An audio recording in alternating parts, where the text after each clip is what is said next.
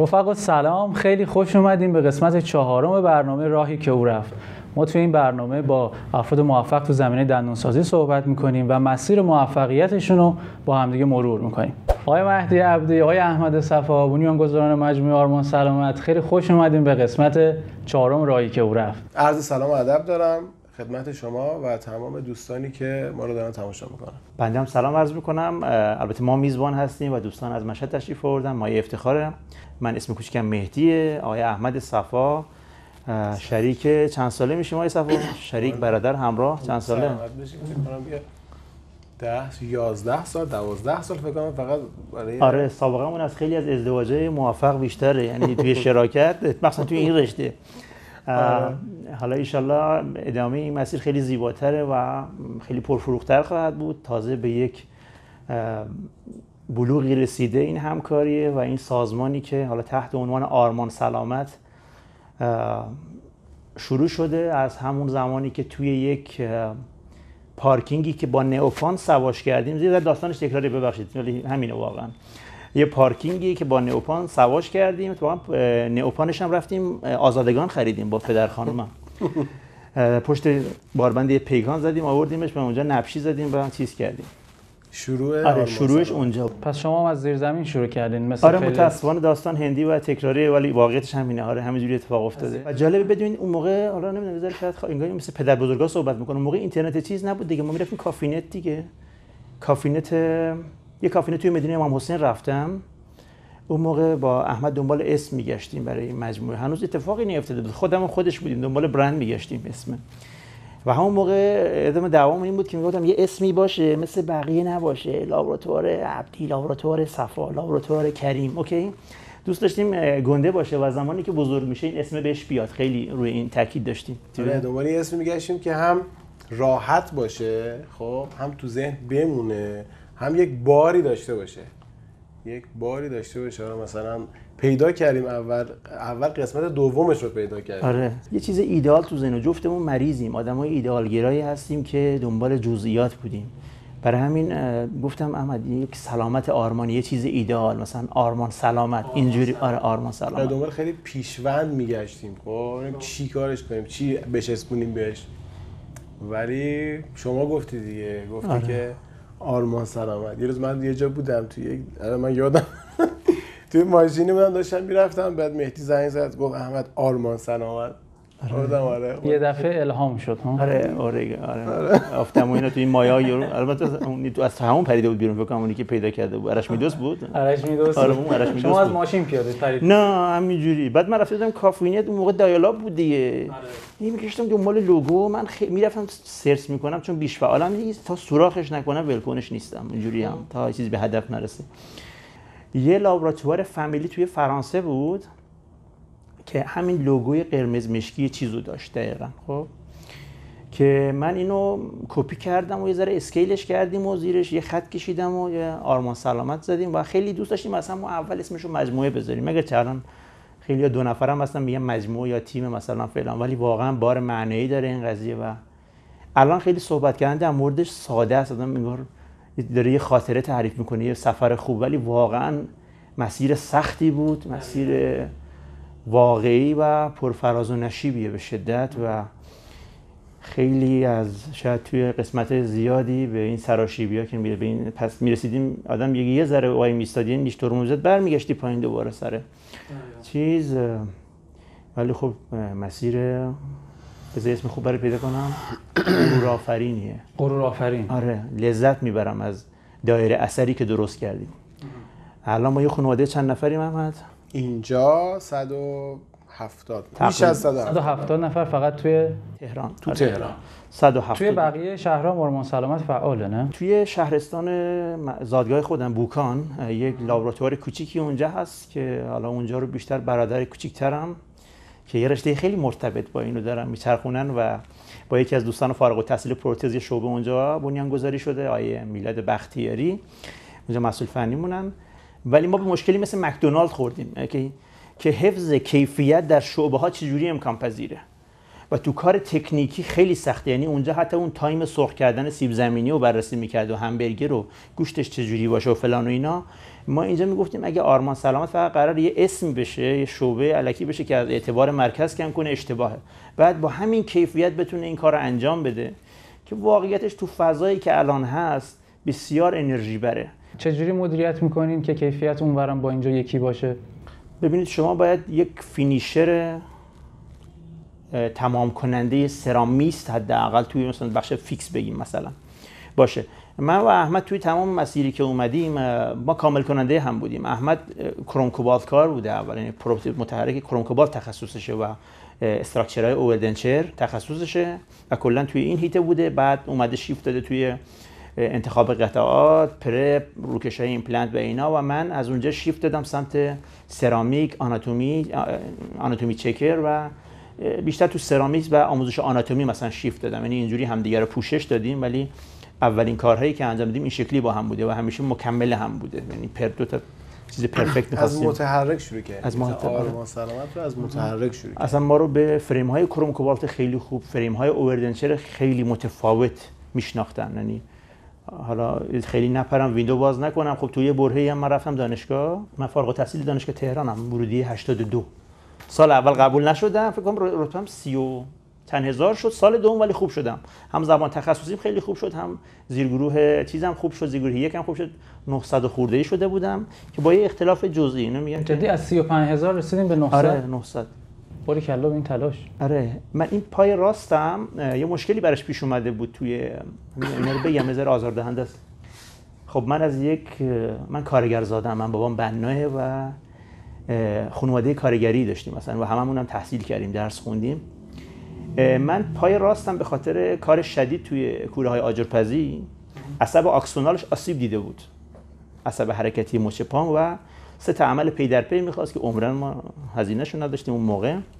نمیخوام خیلی فیلمو هندیش کنم، ولی اون سال رو مجبور بودم بشینم و بدون تقریبا تحرک، یعنی 1 سال کامل رو یک جایی بود که تخت خوابا رو مامانم میذاشت، فضایی بود. من یک میز رو از یه جایی گرفته بودم، امانت میز چوبی گذاشته بودم و من خودم پشت اون گیر میکردم، یعنی پشت اونجا تخت خوابی، لامپ هم کشیده بودم از این بالا اینجوری، و من اونجا بودم روزی شاید بگم 14 ساعت 16 ساعت درس میخونم، چون پایه تحصیلیم خیلی قوی نبود، مثلا بگیم حداقل متوسط هم نبود. من معدل دیپلمم 14 بود و بعد با اون معدل می اومدم بالا دیگه. اونجوری شد، یعنی اون سال همش روی پام استراحت کردم و اون سال دوم کنکور این شکلی شد که رتبه بد نشد. زبان تخصصی سال اولش بود داشت می اومد اون موقع و من کل کتابش رفتم کپی گرفتم و یادمه که اصلا فکر کن زبانی که ما میخونیم در حد آی ام ویندو یا بلک بورد بود. این درس اولش در مورد آوتیسم بود. خب یعنی مبحث درس چیزی بود در مورد آوتیستیکا و آوتیسما، مثلا یه چیزایی هم تو خودم پیدا میکردم که من یه ذره آوتیسم دارم مثلا تو چیزی که یعنی باور کنید مثل اینه که یه دیکشنری برداری پاش بری خارج، یعنی دونه بدونه کلمه برداری و چیزی، ولی تو زبان چون علاقه داشتم زبانه رو خیلی رتبه‌ام خوب شد، میدونستم زبان تخصصی هم برم. چجوری با هم دیگه آشنا شدین؟ از اول چجوری شناختین همدیگه رو؟ تو اول منو دیدی یا من تو رو اول؟ شما اول اومدی پیش ما. ببین شما اول پیش ما. خب آره دیگه، لابراتوار آقای منگولی بود با هم آشنا شدیم. بله من دیگه من اونجا کار میکردم توی بخش متحرکش، توی بخش پارسیل بود، مسئول بخش پارسیل لابراتوار منگولی بودم. بعد آقای عبدی یه چیزی هولوش فکر می‌کنم کمتر از 1 سال دیگه شما فارغ التحصیل شدین، اومدین به عنوان دیگه سرپرست داریم بعد مدت کوتاهی. به عنوان یه کارآموز 0 کیلومتر یه روپوش از این زخیمای سفید پوشیده بودم و اینا کسب میدن و سنباته بزنم. مستر کستا رو سنباته میزنم. من فکر می‌کنم خیلی کارم درسته. اوکی مثلا صبح تا شب سنباته میزدم اینجوری. آره به اون کارآموزی رفته بودم من اونجا. دیگه. چند سال شما پیش آقای منگولی بودین که آقای؟ من از قبلش یعنی آره قبل از اینکه آقای 1 سال، یعنی 1 سال قبل از اینکه میشه چه سالی؟ اگه اشتباه نکنم سال 84 بود فکر می‌کنم. 84 بود من اگه اشتباه نکنم رفتم پیش آقای منگولی. سال 85 شما دیگه فارغ التحصیل شدی اومدی اونجا. آره. یه چند سالی با هم کار کردیم اونجا، فکر میکنم 4 سال. آره. 4 سال با هم کار کردیم. بله توی اتاق کار میکردیم، با هم کار میکردیم، بخش متحرک. بگم به من میز نداده بودین اولش؟ میزم به من نه، اون میز زیر سمبلاس مال من بود که سرم میخورد به اون. چه ظلم می‌کردین. آره یه پایه نوری داشت، این میز سرم میخورد به این پایه. یه روز یه میله برداشتم انقدر اونو زدم اوکی که دق دلیمو سرش خالی کنم، خیلی میخوردم. هر روز با چه مثلا شدتی از روی زمین بلند میشی، بنده خدا پرستش روی زمین بود. آره. این بلند که میشد یه تیرا میخورد تو سرش. آره یه چیزی اولش 4 سال اونجا با هم دیگه کار کردیم. شد سال 88 خب که یه جرقه زد تو ذهن جفتمون، گفتیم آقا به نظرم بتونیم یک جایی رو راه بندازیم، یعنی یک جایی، یک لابراتواری رو برای خودمون بتونیم مثلا راه بندازیم و اینکه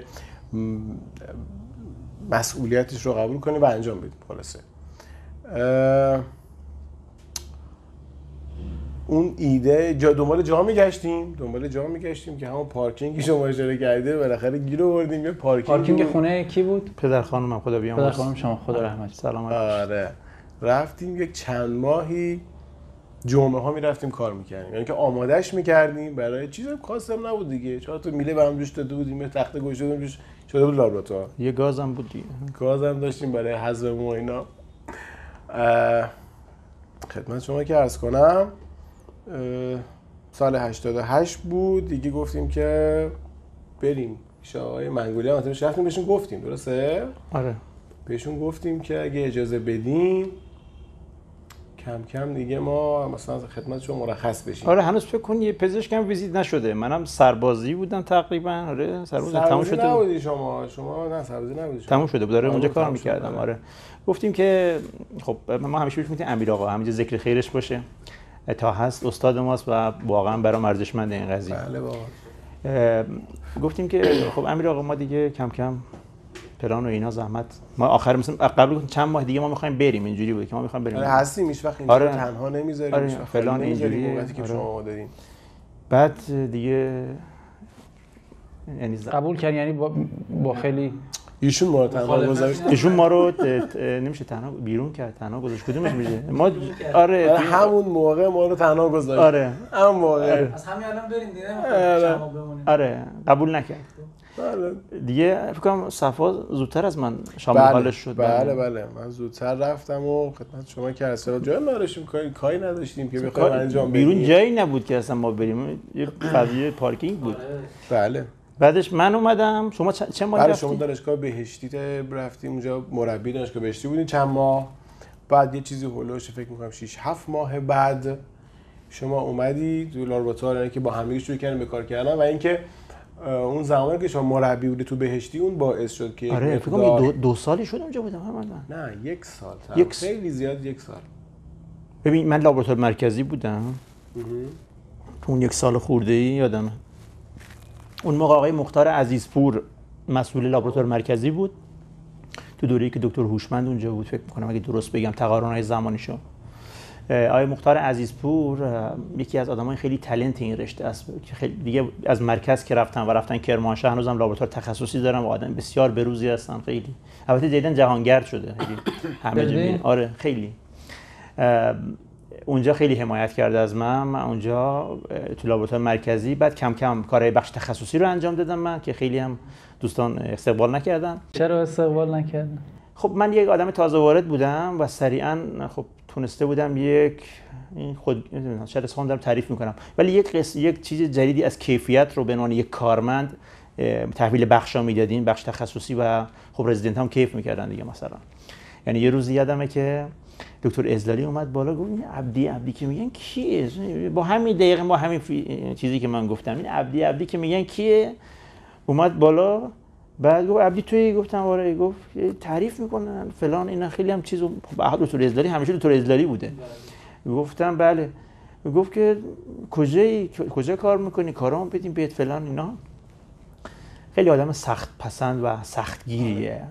من یادم یه بار سر یه مانتینکست برای یه دنچری بود، یه خیلی منو کوبید قشنگ و گفت که درسته با گز کار میکنیم ولی با نهایت احترام من پدرم من از گفت ولی کارگر ساختمون که نیست که این چه نحوه مانت کردن یه ظرافتی گفت گز تو رو کنترل میکنه یا تو گز رو کنترل میکنی کدومشه الان اینجوری بود که انقدر بعد مانت شده بود خیلی آدم واقعا فوق العاده بود فکر نمی‌کنم تکرار بشه توی حوزه آموزش و به عنوان چند بار بازنشسته شده و دوباره افتخاری اومده توی اون پوزیشن فوق العاده است هنوزم تو اوجه آره اونجا بودیم و اونجا معرفی شدیم دیگه به عنوان یک کیفیت متفاوت معرفی شدیم جلب کردن اعتمادشون خب خیلی سخته اول واسه کسی که اصلا کسی شما رو نمیشناسه یک کسی هست یک اسمیه دیگه رفتی توی یک مرکز آکادمیک اونجا میخوای خودی نشون بدی خیلی خیلی ربط داره به نظر من به اون وسواسی که ما داشتیم اسمش جزء وسواس واقعا این شکلی بود جفتمون همین شکلی بودیم حساسیتی که به کیفیت همیشه داشتیم آره این باعث شد که کم کم اعتماد کردن بهمون کار دادن بچه تمایزتون بود دیگه این بله دقیقاً چون آره دیگه بالاخره یه مقدار چیزا میشد دیگه اونجا خودش لابراتوار داشت حالا اونجایی که شما آره لابراتوار را شکل آره این تفاوت احساس شد و کم کم یه سری کارا شیفت داده شد سمت اون استارت آرمان سلامت از اونجا بودش آقای عبدی چجوری با رشته دندانسازی و پروتز آشنا شدین اطلاعاتی داشتین از قبلش یا نه کسی بهتون معرفی کرد اصلا علاقه بود که بیاین سمت این رشته نه هر کی گفته اولش علاقه وجود داره الکی گفته حالا شاید الان چون موفق شده گفته من از اون قبل به سینما علاقه داشتم به فلان نه وقتی نسبت به چیزی شناختی نداری علاقه‌ای وجود نداره شما باید اون شکلات رو تست کنی که این شکلات از این بعد دوست داشته باشی ما چیزی ندونیم نه از جغرافیای این رشته نه از مزایا نه از معایبش فقط خدا رو شکر که تو اون رشته من خودم دارم میگم به هیچ عنوان طبع من شغل کارمندی شغل تکراری هر روز یک کار تکراری انجام بدم اصلا ولی این رشته جذابه و ذهن آدم رو ارضا میکنه پیچیدگی و حل مسئله‌ای که داره هر روزه لذت بخشه چجوری باهاش آشنا شدم من رتبه‌ام خوب شده بود و می‌خواستم 900 خیلی رتبه آره رتبه بدی نبود آره خیلی خوبه دندون پزشکی نگرفت و انگار خیر شد می‌خواستین برین دندون پزشکی آره اون موقع سهمیه خیلی خوبی داشتن آذربایجان غربی کردستان سهم داشتن سهمیه سالیانه مثلا 18 نفر من نگرفت دامپزشکی هم نگرفت آره دیگه من نفر اول تو اکثر کد رشته‌های چیز بودم فوق دیپلمی بودم مثلا علوم آزمایشگاهی تغذیه پروتز چجوری زدم با یکی از دوستام که اون موقع با هم دوست بودیم رفتیم پیش خالش که دندون پزشک بود رفتیم و گفتم که من میخوام یه رشته‌ای بخونم که مستقل باشه خودش صاحب اون بیزینس اون شغل باشه دقیقاً یادمه من اون موقع این سوالو کردم و رویای بیزینس از همون اول تو ذهنتون بود اصلا این که فرمون دست خودم باشه یعنی که بیزینس خودت بچرخونی و با ایده خودت شخصی سازیش بکنی خیلی لذت بخشه خب اینو که گفت که دندون سازی خیلی خوبه لابراتوار فلان اینا اینجوری چون ببخشید دندان پزشکا همشون احساس میکنن که لابراتوار چقدر ازشون پول میگیرن خب که همشون این مشترک بین همشون که چقدر ازشون پول میگیرن و فکر هم دارن که همیشه یک لابراتوار خودمون بزنیم آره بزنیم راحت شیم از دست این لابراتوار خیلی وابسته این بهش آره این بود و اون یکی دوستم گفت که من شیمی میخوام بخونم مثلا اون موقع که آدم فکر میکنه باید بره علمو جابجا بکنه اینا من اینجوری نبودم من خیلی واقعی تر فکر میکردم اون بنده خدا رفت شیمی کاربردی خوند خب شیمی کاربردی خوند و نمیدونم الان نمیدونم چه مغازه چی زده الان نیست نمیدونم فقط میدونم که نه یعنی تو شیمی اتفاقی براش نیفتاد تقریبا 20 سال پیشه دیگه آره 4 سال آره 20 سال پیش آره پیر شدیم احمد همون داستان از یاد گفتم اگه سنمون یه هفته باشه الان تو سه شنبه غروبیم الان فکر کنم تو چهارشنبه صبحیم الان خب شراکت خوبه با آقای عبدی شراکت خوبه آره اتفاقا این برگردین عقب دوباره با آقای عبدی آره 100% شما 100% اصلا مسیری که اومده بهترین مسیر بوده به نظرم مسیری که هستیم آره یه هم افزایی خیلی خوب شکل گرفته ببینید مثل ما همیشه حواسمون بود که این آرمان سلامت بمونه حفظ بشه این سیستم حفظ بشه اینجا آروم باشه آره اینجا آروم باشه و رشد بکنه برای همین از خودگذشتگی خیلی زیادی بوده تو مسیر دیگه هم من هم احمد که اینجا محفوظ باشه آقای ثبات حالا با هم جر و بحث هم داشتیم تو این مدت هم بود. اصلا من یادم نمیاد. نه الکی میگی؟ نه مگه میشه؟ چرا؟ حتما موقعی که خود زمانی که دعوا کردین مثلا با هم. آره به قدیم برمیگردم. اوایلی که به اصطلاح با هم رو شروع کرده بودیم شاید یک اختلاف نظراتی بود با هم دیگه که یک جایش هم منجر شد مثلا به خدا حالا با هم دیگه مثلا جر و بحث کردن اینا. در همین حد خیلی زیاد اون شکلی نبوده، یعنی ما با هم واقعا این شکلی هستیم خیلی. آره این که ما تا الان با هم فیزیکی مشتی به هم نزدیم این خیلیه، در مورد من حداقل مشتی بهش نزدم این خیلیه، یعنی که خیلی رابطمون خوبه. آره واقعا، چون توی شرکت‌ها این شکلی دیگه. حالا من یک مثالی همیشه میزنم، میگم اکثر شرکت‌ها خیلی یعنی درصد بالایی از شرکت‌ها چیزی که ما دیدیم حداقل، حالا توی این رشته نه جای دیگه نمیدونم، حالا دلیل مختلف داره، حالا مثلا منجر شده به تفکیک جدا شدن مثلا حالا از بین رفتن برنده هستن. آره. چجوری کنار میایین با هم دیگه وقتی که حالا بحث پیش میاد؟ آیندی فرمودن دیگه، یه جوری ما تکمیل کننده هم دیگه ایم. خب یه سری کارا رو مثلا ایشون انجام میدن، یه سری کارا رو مثلا من انجام میدم. به این مثلا امروز مثال بزن. امروز من اومدم کنگره که وچه لابراتوار سنفی و 3D پرینتر رو معرفی کنم. احمد قرار بود از صبح اونجا باشه ولی دیگه اصلا نرسید بیاد، اینجا بوده، یعنی داشته اینجا رو میچرخونه اینجوری. آره در حالی که مثلا خود دیشب خیلی اصرار می‌کردیم بگی احمد فردا بیا، میگفتم نه این طرف یه نفر اون باید باشه، این شکلیه، یعنی تکمیل کننده هم دیگه باید باشیم. پس اینجوری نیست که کسی حرف آخر رو بزنه، همه با هم دیگه کنار میتونن. بچه‌ها که دارن با ما زندگی میکنن دیگه تقریبا تو این سال خیلی بهتر میدونن. یه جورایی یک نفرین، یعنی اینجوری میشه مثال زد، یعنی حرفمون یکیه راستیتش با هم دیگه. یعنی اگه یک سوالی مثلا بپرسن از آقای عبدی یا اون سوال از من بپرسن فکر می‌کنم به یک جواب مشترک برسن. خب بچه‌ها حالا مثلا سوالشون بشن یا مثلا راجع به هر چیزی یا راجع به کار رو عرض می‌کنم خدمتتون. این شکلی بوده. چقدر طول کشید از وقتی که کارو شروع کردین احساس کردین که این کودکی که حالا به اسم آرمان سلامت شکل گرفته دیگه داره جون میگیره، دیگه داره رو پای خودش وامیسته؟ چقدر زمان برد؟ تقریبا یه چیزی هولوش 3 سال طول کشید. آره من همش احساس میکنم که یه هیولا بزرگ کردیم که داشت ما رو میخورد. چون واقعا فاز توسعه لابراتوار انقدر شدید بود و انقدر جذب سرمایه میخواست که ما هر چی در می آوردیم همش تو لابراتوار خرج میشد. اصلا به اون یعنی ما همیشه فاز توسعه‌مون جلوتر از خودمون، یعنی سرمایه گذاری است. یعنی ما هر سال مثلا فضای فیزیکی اضافه میکنیم، حالا یا خریداری میشه یا اجاره میشه تو همین ساختمون. ما با یک واحد اومدیم تو این ساختمون ولی الان توی 6 واحدیم و نزدیک 1100 متر فضای فیزیکی داریم. یعنی اینجوری بوده که حالا کودک اوکی ولی واقعا یه هیولایی بوده که بزرگش کردیم. اینجوریه تعالی از یه جای به بعد دیگه خیلی سعودی شد این، حالا پیشرفت اسمشو بذاریم. آره این شیفه. یعنی بعد از اون 3 ساله دیگه شروع کرد به تصاعدی رفتن بالا. وقتی شناخته شدیم دیدن کارمون رو، خیلی یوزرامون خیلی زیاد شد. یه جایی بود که اصلا خودمون فکرشو نمی‌کردیم. یه سالی بود شب عیدش بود، سال فکر کنم 92 بود، یعنی استارت اونجا بود تقریبا. یک شبی بود که تقریبا میتونم بگم یک سالی بود که میتونم بگم 15 روز ما اصلا خونه نرفتیم. درست میگم؟ آره. تو متحری بودیم. آره یعنی اصلا انقدر کارمون زیاد شد. فکر میکردیم میتونیم جمعش بکنیم. دیدیم نه شوخی نداره بعد بمونی پاش. آیا عبدی تو لابراتوار ماکارونی درست می‌کرد؟ آره یک دفعه خیلی خیلی زیاد شد کارمون و اینکه این رونده این شکلی بود. و خسته می‌شدیم ساعت 2 فکر کنم کردی می‌رقصیدیم اینجوری بود.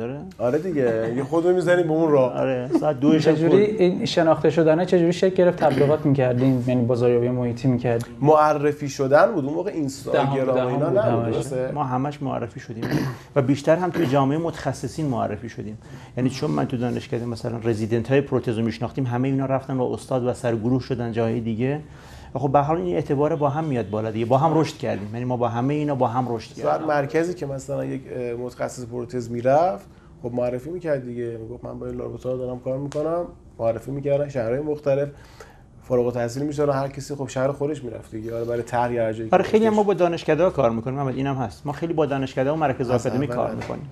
میگم اون حوصله داشتنه. الان یک همین کیسایی که جمع میکنیم، کیسای بوردی که داریم جمع میکنیم، واقعا یک حوصله و یک راستیتش نمیدونم اسم میذارم سواد، یک بلدیه، یه چیز خاصی میخواد. خب همین باعث شده که خیلی کار ما پیشرفت بود، خیلی یعنی که بیشتر بشه میزان ورودی و یوزرهای لابراتوار ما. تو این مسیر کی بیشتر از همه تشویقتون میکرد؟ مشوقتون کی بود توی پیشرفتتون؟ والا من دوست دارم بگم خودمون. آره بابا خودمون. من اگه دروغ نخوام بگم آره معکوس این قضیه بوده که شما پرسیدین، ولی بیشتر خودمون. یعنی میگفتن نکنین نمیشه، میگفتن نکنیم، حالا یک اتفاقاتی میافتاد و یک اصلا یک چیزایی میدیدیم و میشنیدیم که اصلا حالا شاید اینجا جاش نباشه بخوایم بگیم، ولی آره تشویقی من یادم نمیاد که ما شده باشیم به اون سنگ اندازی و تخریب بود خودش.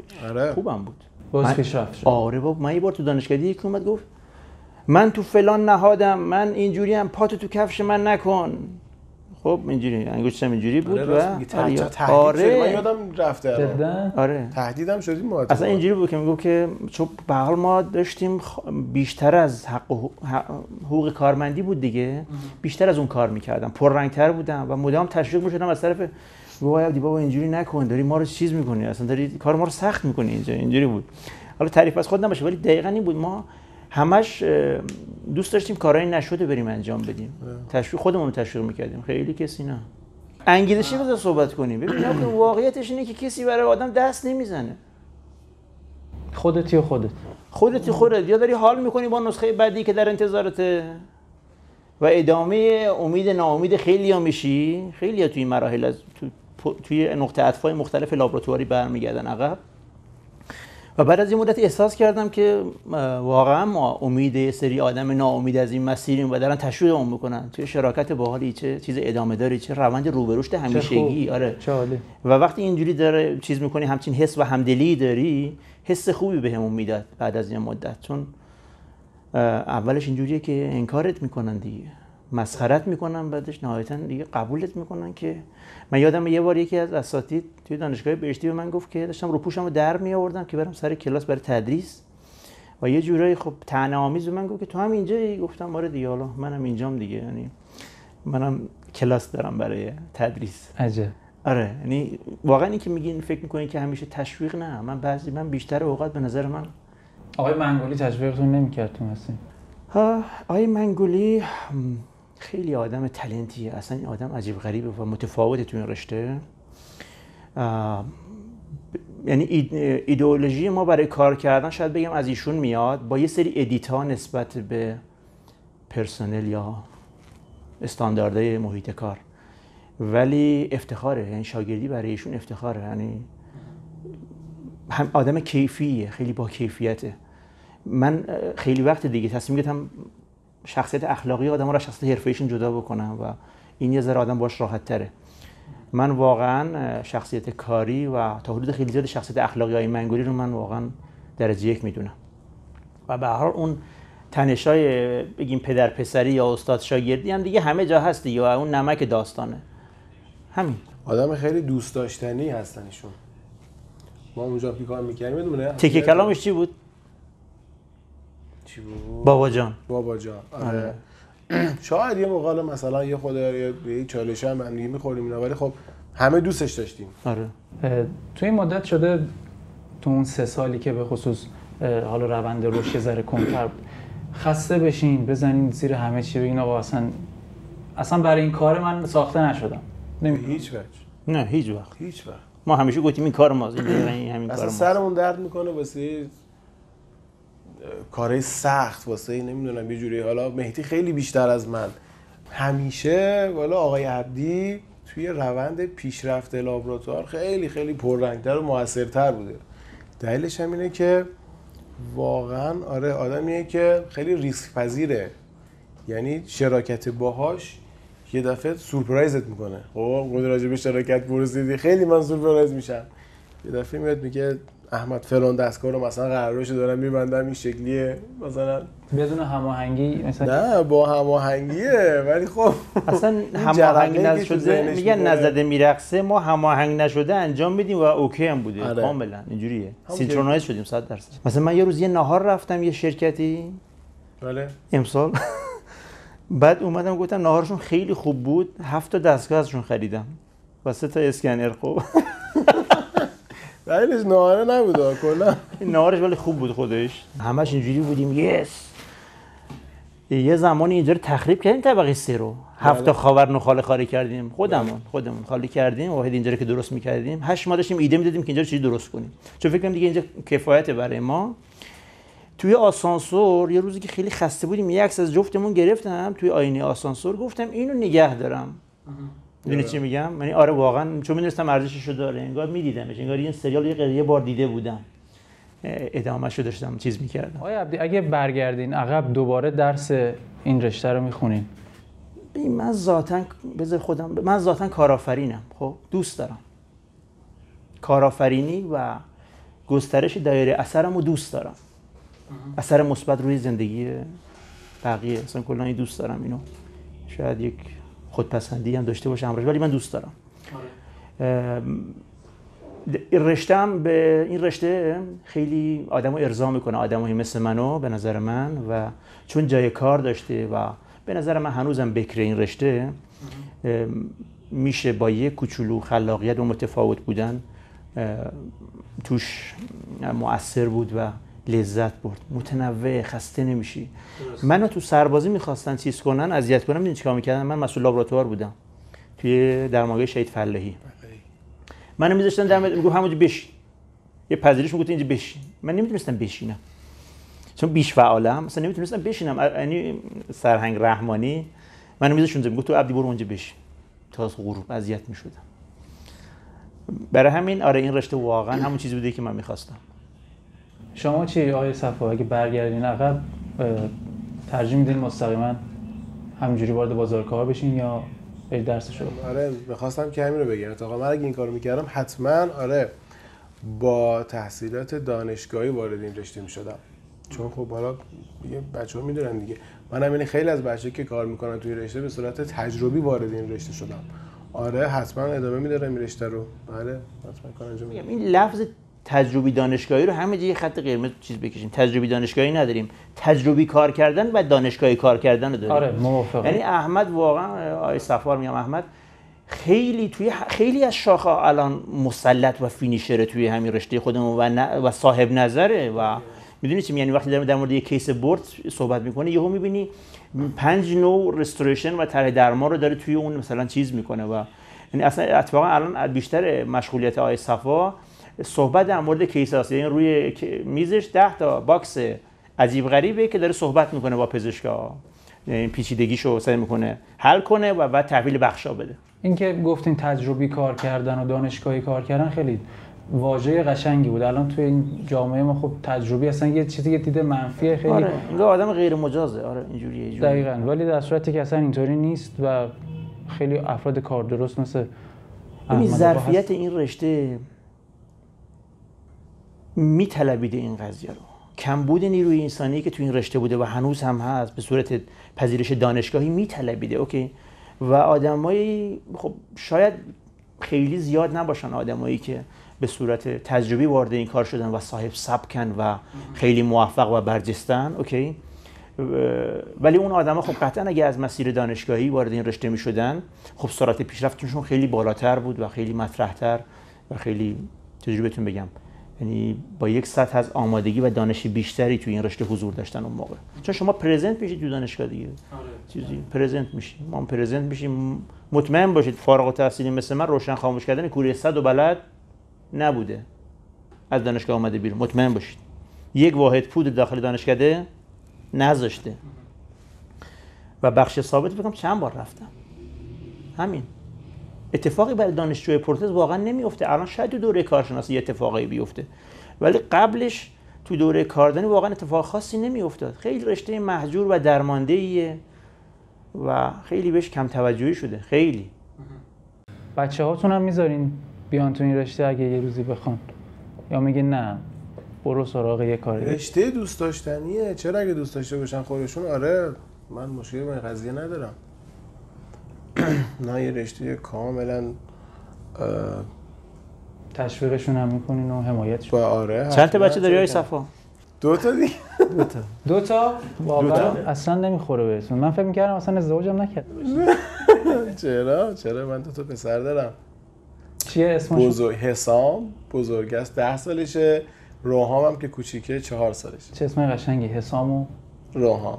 آره اینجا ما گودمن بدمنیم دیگه. این گودمنه، اون خوش تیپ است، من اون پلیس بدم. خب چرا؟ همین برای اینکه اینو قبول کردیم دیگه. بدمنم من. اوکی. منم پسرم همایون 9 سالشه و اصلا فکر نمی‌کنم سراغ این رشته بیاد اصلا. جدی میگم خیلی درگیر کامپیوتر چیز و چیز بیارینش تو بخش دیجیتال. ها دوست دارم نه آمادهش بکنم برای دنیای بعدی. خیلی دنیای متفاوتی دنیای بعدی. چیکار کنیم که تو این رشته تکنسین موفق بشیم؟ کیفیت و تعهد به کیفیت یک تعهد درونیه، درون آدم است. شما نمیتونی با نظارت از یکی کیفیت بکشی بیرون. یا اون آدم کیفی هست و آدم حساس به جزئیاتی هست یا نیست. شما نمیتونی رو به زور همیشه بکشی بیرون. خیلی از اوقات هست دوستانی هستن که اینجا بودن رفتن، تا زمانی که اینجا هستن و تحت این اتمسفر تیم اینجا کار میکنن کارشون اوکیه. به محض اینکه از اینجا خارج میشن انگار گسسته میشن از یک سری بندها، بند کیفی کار کردن فلان این وضعیت و کار متاسفانه افت میکنه. یعنی اول و آخر این که باید آدم کیفی باشی، یعنی با کیفیت اگه باشی به نظر من مسیر مشخصه. یعنی خود راه بگویدت که چون باید رفت. راه سخت، واقعی و خیلی وحشتناکه واقعیتش. راه راحتی نیست. اصلا کلا کار درست راحت نیست دیگه. کار درست سخت، همیشه سخت. هر جا سختی دیدین اعتماد کنید. هر جا داره به سخت گرفته میشه و مسیر سخته، یعنی یه راه درست رو به نظر من داری میره. حالا جدای از همه این شوافای زردی که الان هست که میگن همه میتونن، همه موفق میشن، همه اینجوری، همه حاضر نیستن برای موفقیت هزینه لازمو بدن. اینو بگم همه حاضر نیستن. شما تو مسیر مجبورید قربانی کنید. مجبورید. قسمت‌هایی از زندگی شخصیتون رو مجبورید. قسمتی از تایمی که با خانواده هستید مجبورید. قسمتی از رسیدن به خودتون مجبورید. قسمتی از تفریحات شخصی مجبورید و کلا نباید آدم خودخواهی باشی و باید فداکاری کنی. مدام باید و ببخشید. اگه کسی توی این مسیر این الزامات رو رعایت کنه به نظر من برای همه کلا مسیر موفقیت تو همه چیزا یه چیزه. فداکاری برای چیزی که ارزشمندتره. منم در من میتونم بگم نظرم همینه. این کیفی بودنه انگار تو خود آدمه. یعنی خب خیلی از تکنیسیان هستن که تو یک جایی شروع میکنن مثلا مثل ما، خب ولی اگه عکس این رو بخوایم مثلا ما الان فکر بکنیم بهش، اگر خودمون دارم میگم اگه یک جایی به غیر از اون جایی که من شروع کردم من به نظرم وارد این رشته میشدم، باز اون کیفی بودنه، اون حساسیت توی وجود من بود. یا مثلا حالا داریم راجع بهش صحبت میکنیم، میرفتم سمت اینی که اون راه سخت‌تر رو انتخابش بکنم، اون راهی که یه مقدار حالا پرپیچ و خم‌تره، یه مقدار رسیدن بهش هم شاید یه خورده طولانی‌تر هم باشه. یعنی انگار تو خود آدمه این کیفی بودنه. من نظرم دقیقاً همینه. این حساسیت رو کیفیت فقط توی کار، توی زندگیتون، این توی زندگی کاریتونه یا نه تو زندگی شخصیتون هم این کیفیت و این حساسیت و این وسواسه رو دارین؟ حالا تو روابطتون یا مثلا چیزای شخصی؟ توی زندگی شخصی راستیتش نه، نمیشه. با این شغل، با این چیزی که ما داریم خیلی نمیتونی با این زندگی شخصی باشی. یه بار زندگی شخصی چیه؟ زندگی شخصی نداریم کاریه. آره واقعا یه اشاره‌ای کرد آقای عبدی. ببین زندگی شخصی کیفیت یعنی چی؟ یعنی که شما خب زمانی زیادی رو با خانوادت بگذرونی، چه میدونم حالا مثلا فلان مسافرت بری، یه فلان ماشین رو بخری. میگم ما راستیتش آره اشاره کرد آقای عبدی، ما خیلی یه بخش زیادی از درآمد این لابراتوار همیشه خرج توسعه این لابراتوار شده. خب یه آقای عبدی خودش مثالی میزنه، میگه هیچ کسی نه یک بی ام و زیر پای من دیده نه زیر پای احمد. خب شایدم خیلی دور نباشه این قضیه، شاید ما بتونیم یه همچین وسیله واسه خودمون فراهم بکنیم. خب ولی نمیدونم خیلی خودمون رو خرج این کاره کردیم و اینکه توی شاید زندگی شخصی خودمون انقدر آره کیفیت اونجوری که باید نبوده. یک سردرد این شکلی هم داریم ما دیگه، این شکلی هستیم. نه اون قسمت اینجوری نبوده راستیتش، اگه بخوام راستش رو بگم نه به این کیفیت نبوده. رفتارتون با مشتریاتون چجوریه؟ سعی می‌کنین همه رو راضی نگه دارین یا بعضی جاها یه عده رو باید بذارین کنار؟ همیشه سعیم بر همین بوده راستیتش، راضی نگه داریم. ولی یک سری از کارهایی از مشتریامون شاید خودشون این چجوری بگم این اجازه رو به ما ندادن که بتونیم یک سرویس خوب بهشون بدیم، بتونیم یک سرویس خوب بهشون بدیم، بتونیم یک درمان خوب بهشون بدیم. خب ولی همیشه نظرمون این بوده آره که هر کسی رو، چه حالا مثلا حتما یک متخصصه یا نه یک همکاری که آره مثلا حالا اصلا حالا ضعیفتر یک مقدار این شکلی، همیشه نظرمون این بوده که هم راضی نگهشون داریم. سرویس کیفی ما یه سری از لابراتوارها خب دوست دارن همون استارت لابراتوارشون بالا شهر باشه، دکترای بالا شهر و لمینه تو این داستانا. ولی من همیشه افتخارم این بوده که حالا توی مجموعه این بوده که میگفتم من اون سرویسی که تو اسلام شهر میدم تو پالادیوم من میدم، تو زعفرانیه. اوکی، یعنی میگفتم بیماره باید درمان با کیفیت چیز کنه، دریافت کنه و این بحث آرمانی اون قضیه اینجا من خیلی برام واقعا کیف میکنم. یعنی اون کسی که از دور افتاده ترین شهرستان توی جنوب ایران میفرسته یا از کردستان میفرسته یا از شمال شهر کوچیک میفرسته، من همین کیفیت رو بهش میدم. مثلا ما تو کیفیت چیزی نکنیم. یعنی الان هم اگه لاین وی آی پی هم لاین کاریزما لابراتوار راه افتاده فقط بحث تایمینگه، یعنی تایم سریعتری چیز میشه و الا کیفیت رو ما اصلا کاری بدون کیفیت نمیدیم بیرون. چیزی که در مورد ما همیشگی هست و همیشه، یعنی از تمام دوستان و هیترامون هم بپرسید، اوکی، اینجوریه که اینا آدمای متحدی هستن، ما خیلی متحدیم. با پرسنلتون چجوری رفتار میکنین؟ فیزیکیشو میگی یا کدومشو؟ با کدوم فن؟ کار فیزیکی هم دارین شما؟ من جدیم و مهربان. آره جدی و مهربونم. من همشون دوست دارم، همشونو، یعنی اینجوری بهتون میگم به درد همشون میمیریم، اینجوری بهتون میگم قصه همشونو میخوریم و من به جای همشون به فکر جیبشونم. یعنی سر ماه میشه بعضیا بد افتادن حقوقشون، میگم چرا اینقدر کم کار کردی؟ یک ماه از عمرت حروم کردی که اینقدر بیفتی؟ من دوست دارم بچه اینجا رشد بکنن، مجردا برن خونه‌شون رو بگیرن، ماشینشون رو بخرن، چه می‌دونم اگه خواستن زندگی مشترک تشکیل بدن. من یه چیزی از برکت اینجا تو زندگیشون ببینم، اینو خیلی دوست دارم. اینو همش از روی دلسوزی و خوشم میاد دیگه، از اون تأثیر مثبت خوشم میاد، اثرگذاری و اینکه اتفاق خوبی بیفته برای همه خوشم میاد. و با کسی میرم درجا میزنه میرم حتما حالا به هر وجهی شده تحریکش میکنم. خب به هر فنی شده من تحریکش میکنم که بچه‌ها میگن که آیا عبدی یه بهترین نسخه هر کسی رو میکشه بیرون.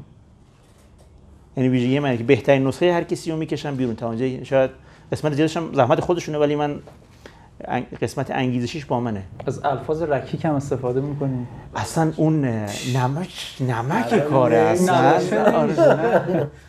اصلا نداریم اینجا. ما الان یه دایره المعارف بگم تشکیل دادیم از این قضیه. این شعار نیست، بالاترین و ارزشمندترین سرمایه هر سازمانی نیروی انسانیشه. اینجا بدون نیروهاش و بدون افرادی که اینجا دارن زحمت میکشن، بدون اعضای خانواده‌مون، مثل خونه پدر بزرگی میمونه که جفتشون فوت کردن و شما دارین میری در و دیوار رو باز میکنی و هیچ چیزی نداری. یعنی که اینجا بدون آدماش جون نداره اصلا. اینجا یه سازمان زنده است، سازمان موجود زنده است که بدون آدماش هیچ چیزی نداره، فقط یه سری دستگاه و کوره خاموش و جمعه ها میاد دلت میگیره. من وای نمیستم، میام سری میزنم میرم. بچه‌ها نیستن تو بچه‌ها کوره. نیستن. بچه‌هاشون راضی ان از شما، از مجموعه. باید یه نظرسنجی بکنید فکر کنم. قطعا راضی ان. نمیشه گفت ناراضی ان. این رضایت رو چجوری میخندین شما؟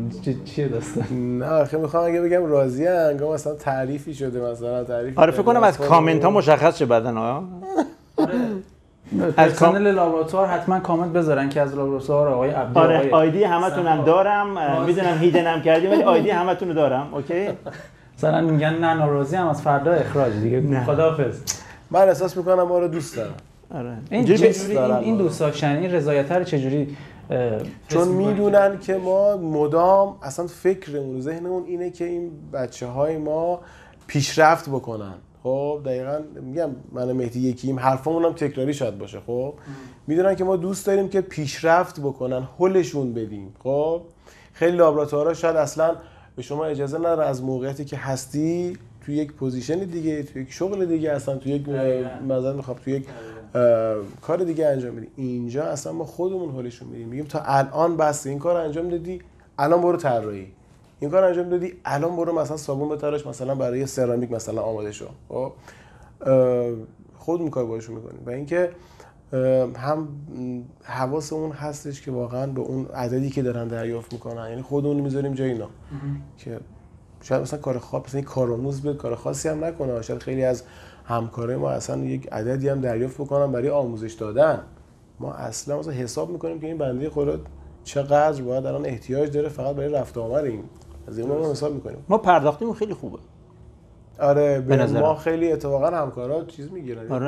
آره عبدی خیلی پیمنتت بالاست، چرا انقدر پرداخت میکنن؟ دوباره زنبور انداخته تو لابراتوار اینجوری میگن. پس قطعا همه راضی ان دیگه، هم به فکر پیشرفتشونین، هم حقوق خوب میدین دیگه. نیرو نمیخواین؟ چرا؟ همیشه ما همیشه نیرو میخوایم متاسفانه. آره میشه. به نظرتون شروع کردن این قدم گذاشتن توی این مسیر اون موقعی که شما شروع کردین سخت‌تر بود یا الان؟ هر کاری الان سخت‌تره. حتی خوردن یه ساندویچ خوب الان سخت‌تره. چرا؟ چون امروز توی هتل المپیک یه دونه پرس غذای زرش پلو با مرغ میدادن 450 تومن، تازه بو هم میداد، سالادش هم خوش شده بود.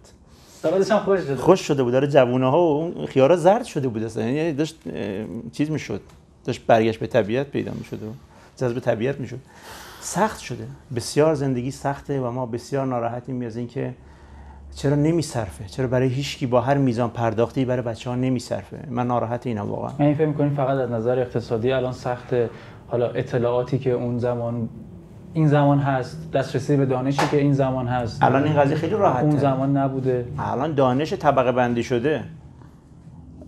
یوتیوب بهترین دانشگاه، آپارات نه یوتیوب بهترین دانشگاه. خود پیج خودتون کلی مطالب آموزشی داره. اصلا وجه تمایز فروشگاه اینترنتی توسیدنت چیه؟ اینکه فقط دنبال فروش نیست، داره یه مسیری رو با شما میاد دیگه. دقیقاً. به شما دیتای آموزشی میده، به شما انگیزه میده، به شما میگه باید کتابم بخری اگه اسپاتول داری میخری و همه این مسیر رو میره برای شما. از فروشنده و وارد کننده تخفیف میگیره، از سود خودش کم میکنه، پروموشن میذاره، فعالیت‌های صنفی میکنه. هیچ لزومی هم به این قضیه نداره. قطعاً یک خوشنامی هم برای شما داره، ولی نوش جونتون، چون در یه مسیر متفاوتی رو میرید دیگه. و هر کی اینجوریه میگم دمش گرم، اینم تو فکر من بود، دمش گرم مثلا اینجوری. آرمان سلامت تیم فوتبال هم داره. تو این مسابقات آخری چندم شدیم؟ تو مسابقه آخر با 2 تا کارت قرمز و یه دعوای مفصل با تیم کوشافن ما از مسابقات حذف شدیم امسال. پارسال چیز بودیم، پارسال اسپانسر طلایی بودیم ما و دوم شدیم. حقمون هم خوردن و همون بازیکنی که موثر بود تو قهرمانی امسال حذف شد و ما فهمیدیم کاش که قابل برگشت اون پارسال قهرمانی رو داشتیم دیگه. ولی آره بچه‌ها سالن میگیرن و هر هفته میریم سالن. فوتبالی هستین خودتون بس؟ فوتبالی یعنی که باید اسم بازیکن‌ها رو بلد باشم یا همین که فوتبال بازی کنم؟ علاقه به آره من چون فیلمم خیلی میبینم ولی اسم بازیگرا رو نگاه اسم چیز نمی‌کنم، یا مثلا پی اس بازی نمی‌کنم.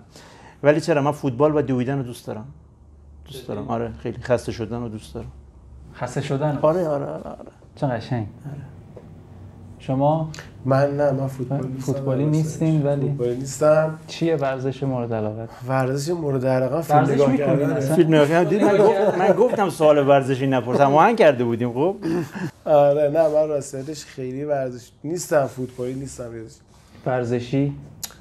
ورزشم راستیتش تناسب اندام میرفتیم با هم دیگه با آقای عبدی. آره احمد فقط ساعد کار میکرد تو باشگاه، میگفت نه احمد بس ساعدت نمیشه که تناسبت به هم میریزه. بعد یه بار رفت زیر اسکات، من یادمه زیر اسکات رفت تو باشگاه سمت لاله‌زار. بعد دیگه فکر کنم داداش داری بد میزنی و اینا شد و زانوش یه ذره چیز هنوز میگم صدا میدی احمد؟ نه درست شده. فضای دیجیتال مثل اینستاگرام و اینا چقدر تو موفقیتتون تاثیر داشته؟ والا همیشه ادمین آقای عبدی بوده، همیشه زحمتم به عهده ایشون بوده. پست‌ها رو خودتون می‌ذارین؟ آره عکس‌ها رو خودش میگیره. آره تصاویری که اونجا می‌بینید رو بیشتر آره من میگیرم، ولی زحمت تمام گذاشتن پست‌ها خدمت شما عرض شود که یه ادیت یه اینشات بلدم. آره نه همیشه آره یا عبدی زحمتشون می‌کشیده. حالا خودشون باز بهتر توضیح میدن راجع به که چون بیشتر آره پیج تقریبا فکر کنم 4 ساله شده و الان 15 کار رو رد کرده. فیک هم دارین؟ یک دونه. من اصلا بلد نیستم، من اصلا بلد نیستم. ما می‌خواستم فالوور تخصصی داشته باشیم. میگه واقعیه یا کیکه؟ و خیلی واقعیه لعنت. آره یعنی واقعا اصلا جامعه آماری ما همه متخصصین پروتز، دانشجویان پروتز و دوستانی که توی حیطه کار لابراتواری مشغولن یا کالایی‌ها هستن. اوکی. و شاید بگم دیگه ما فعالترین پیج لابراتوری تو ایرانیم. یه دونه مشابه هست تو دنیا. آره اگه گفتی مشابه ما کیه؟ نه دقیقاً لابراتوار LSK. خب آقای مثل لوخان. آره ما یه جوری دوست داریم مثل اون باشیم. البته کار استتیکمون بهتر از اون، آناتومیمون بهتر از اون. آره اون هدف گذاریه. چقدر تو پیشرفتتون تاثیر داشته؟ تو موفقیت آرمان سلامت چقدر تاثیر داشته اینستاگرام؟ اوایلش واقعا اتفاق خاصی نمیفته. بعد یاد گرفتم که سری فرمت‌های آماده برای پرزنت و ویزیت انتخاب کنم. بعد فهمیدیم که دیتا و باید ببینن اینجا چه اتفاقی میفته. واقعا کسی نمیدونه شما این گوشه داری یه کار خیلی خفن انجام میدی، باید خودت معرفی کنی، شو بدی، شو واقعی، دی ورکتو نشون بدی. دیدین که من خیلی ویدیو رو دستم، این ویدیو رو دستم خیلی چیز شده، دوستش دارم، مثلا رو دستم کارای گلیز شده رو میذارم اینا بدون چیزی، با همین گوشه معمولی، حالا گوشه رد بالای مثلا سامسونگ مثلا چیز میکنیم و واقعا الان خیلی بازخوردش جذابه. یعنی ما کلا دهان به دهان معرفی شدیم به صورت کلامی و متخصص به متخصص، دندانپزشک به دندانپزشک، اینجوری بوده و برای همین به صورت تصاعدی معرفی شدیم. پیج هم که آره الان دوستان خب لطف میکنن ما رو تگ میکنن، هم افزایی میکنیم با هم و خیلی موثره. یعنی من هفته ای نیست که خب چند تا دندانپزشک جدید به مجموعمون اضافه نشه و به حال افتخار همکاری داشته باشیم. خیلی دوست داریم این درمان کیفیه هی توسعه پیدا بکنه و هی زیاد بشه و اصلا من کلا حال میکنیم که آدمای کیفی زیاد میشن. میگم دمش گرم چه رشدی کرده، چه کار خفنی داره و لذت میبریم. واقعا نمیشه کار کیفی و کار خوب رو خراب کرد، خودت خراب میشی. سوژه خیلی تو لابراتوار ما زیاده. آره. خیلی تو لابراتوار ما سوژه زیاده. کار تخصصی. یک پیج دیگه رو ما مثال زدیم، خب مثلا مطمئناً اونجا یک مثلا همکاری دارن که فقط داره ویدیو میگیره از کل لابراتوار، اصلا هیچ وقت، یا میگم وقتی من خودم عکس میگیرم یا آقای عبدی ویدیو میگیره، اون نیروها رو ما نداریم. اگه می‌خواستیم مثلا یک همچین فعالیتی داشته باشیم توی پیج، به نظر من حتی خیلی قوی‌تر بود، خیلی قوی‌تر بود. اصلا آموزش، اصلا من دوست نداشتم قالب وقتی میری توی پیج اینم یه ادمین درست کرده، همه قالبای تکراری چیز و اینا، مثلا فرمت و چیز دوست داشتم واقعی باشه. همش رو واقعی بودن من میگم واقعی بودن شجاعت میخواد. یعنی به نظر من واقعی بودن شجاعت میخواد. همینی که هست دیگه. از پیج از پست اولم نگاه کنی کارم شاید ضعیف بوده، اومدم بالا، خب سعی کردم کارهای مثلا، و من همیشه اینو میگم اینجا این جمله رو تاکید بکنم، ما ویترین آدمایی هستیم که اینجا زحمت میکشن، ما ویترینشونیم. یعنی من ویترین این آدما و تمام این کارهای سرامیک، دنچر، پارسیلا، طراحی‌های خفن، همه اینا آدمای فوق‌العاده‌ای هستن که توی این تیم هست و اصلا فوق‌العاده بودن آرمان سلامت به همین آدماییه که اینجا آدمای تالنت، آدمای متفاوت و خفن. اینجا همه مسی ان و اینجا بارسلوناست. آره اینجا مسی ان همه، اینجا بارسلونا. دقیقاً. آره. میدونم که تنها بیزنس شما لابراتوار نیست، تولیدات هم دارین، یه سری محصولات هم تولید میکنین. یه ذره در مورد اونم بهمون بگین. ما یه سری محصولات تولیدی داریم در اثر دوستی با یک انسان خیلی شریفی بود، آقای دلجو با ما همکاری کردن. ایشون ورشکسته صنعت پلاستیک بودن و مربی آموزش گاه رانندگی بنده بودن که موفق نشدن به من گواهینامه بدن بالاخره. بعد اونجا صحبت شد و شک گرفت و گفتم این آرتیکوچولوها چقدر ضعف داره این چینی‌ها فلان. گفتم یه دونه چیز درست کنیم، یه دونه قوی‌ترش و بهترش نگاه کن، این مریضی همه جا هست، هی بهترش کنیم. گفتم 3 شاخه درست کن برام، اینجوریش کن اینجوری کن. دیدیم رفت و با طراحیش ما گفت اینو اینجوری درست کنیم. گفتم آره. دیگه شروع تولیدات ما با همون آرتیکولاتور 3 شاخه پلاستیکی بود. شکل گرفت و دیگه به مرور زمان اومدیم جلو. آرتیکولاتور 2 شاخه هم تولید شد، چون دیگه از لحاظ متریالی خیلی نمیتونست رقابت بکنه قیمتی. اونم تولید کردیم، متفاوت از روی مدل اسپانیایی کپیش کردیم کامل اون رو. از لحاظ کیفیت اتصالات و جنس ABS که باید داشته باشه و اینها، یکی دو بار از خط خارج شدیم. به حال بگیم عدم امانتداری کسی که تزریق‌ها رو انجام میداد باعث شد متریال قاطی بریزه و توی برهه‌ای چیز شد. بعد سراغ آرتیکولاتور مگنتی فری پلن رفتیم، از رو مدل جینتای ما کپی کردیم. کپی همش مال چینی‌ها نیست، مال ما هم هست، ولی اومدیم به جای چه می‌دونم بهبودش دادیم. از رنگ صنایع شیلات استفاده کردیم، از سبکترین کد آلیاژی آلومینیوم استفاده کردیم، از پیچ آلن مخفی به جای پیچ 4 سوی استفاده کردیم و مگنت قوی استفاده کردیم، پین مدرج فلان پلیت و سعی کردیم یه ذره از نقصای اونم حتی برطرف کنیم و قیمت. و سعی کردیم که قیمتمون کاملا متفاوت باشه. ما الان ارزون ترین آرتیکولاتور فری پلن سایز بزرگ ایرانیم. از اون اول انگیزه فروش داشتین از اینکه محصول تولید کنین یا نه نیاز لابراتوار خودتون رو می‌خواستین برطرف کنین؟ کلا من همش دوست دارم یه شغل جدید درست کنم. پس از اول به فکر فروشش بودین؟ آره. و یه سورپرایز هم داریم. یه محصول جدید هست که 7 ماه قالب سازی و طراحیش طول کشیده. برای اولین بار از طریق دوستان توسیدنت آنباکس میشه و فکر میکنم همه سورپرایز میشن. خیلی هم از لحاظ قیمتی و هم از لحاظ کیفی یه آرتیکولاتوری بوده که خیلی جاش تو بازار خالی سال هاست. حداقل فکر کنم 4-5 سال این آرتیکولاتور تو بازار نیست. دیگه وارد نشد. تو کنگره قبلی اردیبهشت که اومده بودیم تهران یه پادکست ثبت کردیم با آقای خداوردی، شرکت اول دنتال. نمیدونم پادکستش شنیدین یا نه، در مورد 0 تا 100 دیجیتال و اینا بود. حالا یه بحثی هم شد اونجا در مورد پرینترهای فلز، ولی خب شما این پرینتر رو دارین. خب چه موقعیتی از این بهتر که الان از خودتون در مورد این پرینتر بهمون بگین. آره، اولین لابراتوار مجازی که تو ایران پرینتر فلز رو به خدمت گرفته ما بودیم. این اولینه برام ارزشمنده چون داره ریسک خیلی بالایی بود.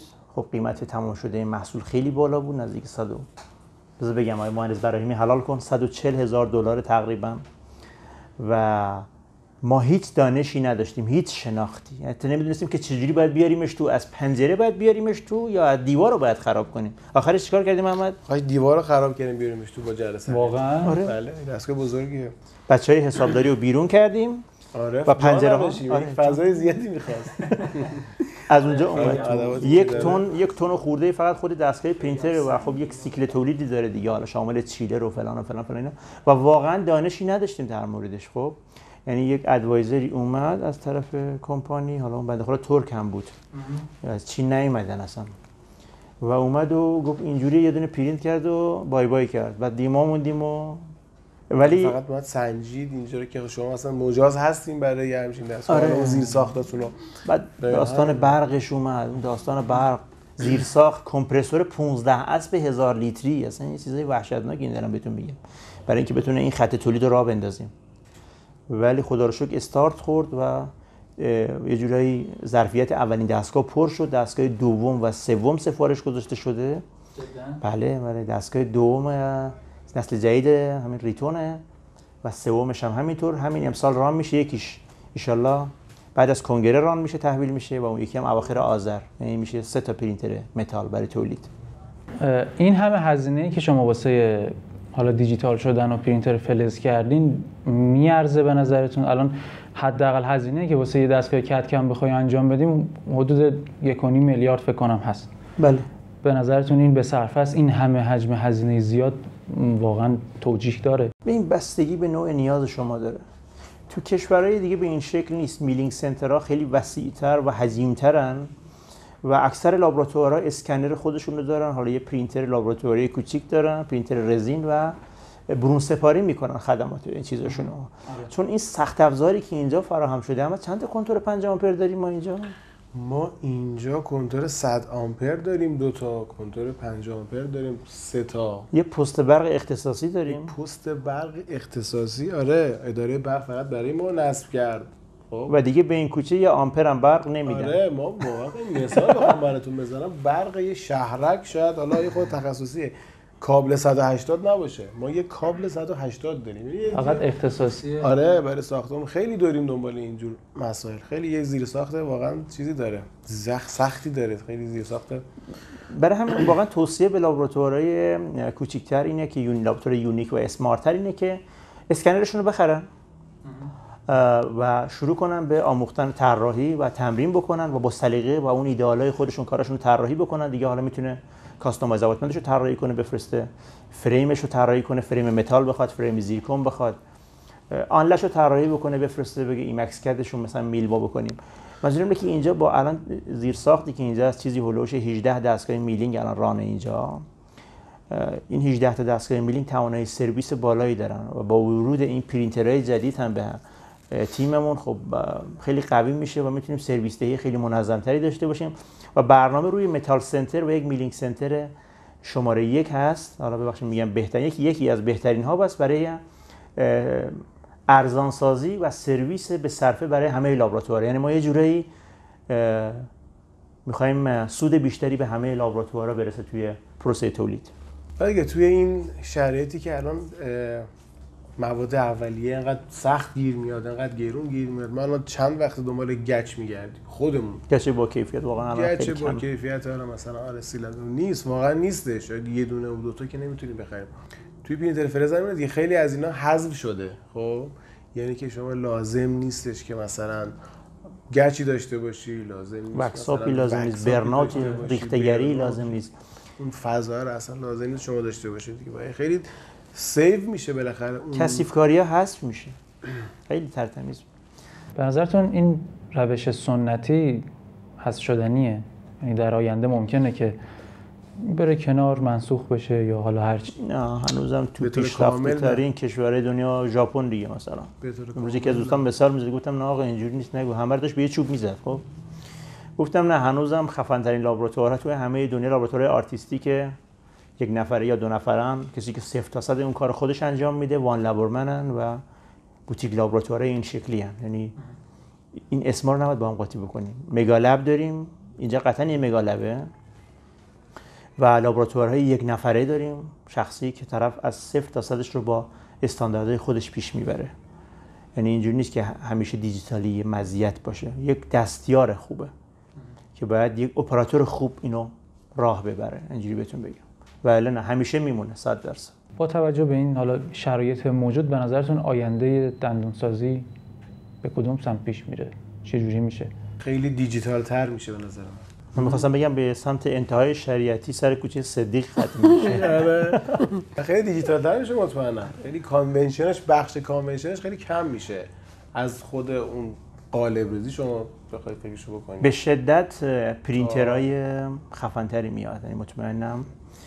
و حالا جدای از اون دانش تکنولوژی پرینت که سمت پرینت‌های بایومتریال میره، پرینت‌های بافت زنده میره و اینها، کلا پرینترها قراره خیلی پررنگ‌تر باشن توی. البته نه این پرینترایی که تقریبا هر پرینتری تو ایران به عنوان پرینتر دنتال معرفی، یعنی اگه پرینتری تولید شده حتما تخصصی برای دنتال تولید شده، که اصلا اینجوری نیست. پرینترهای دنتال مشخصن کدومان کیان، با چه مشخصاتی ان، با چه توانایی و دقتی ان، ولی به شدت لابراتوار میرن این سمتی.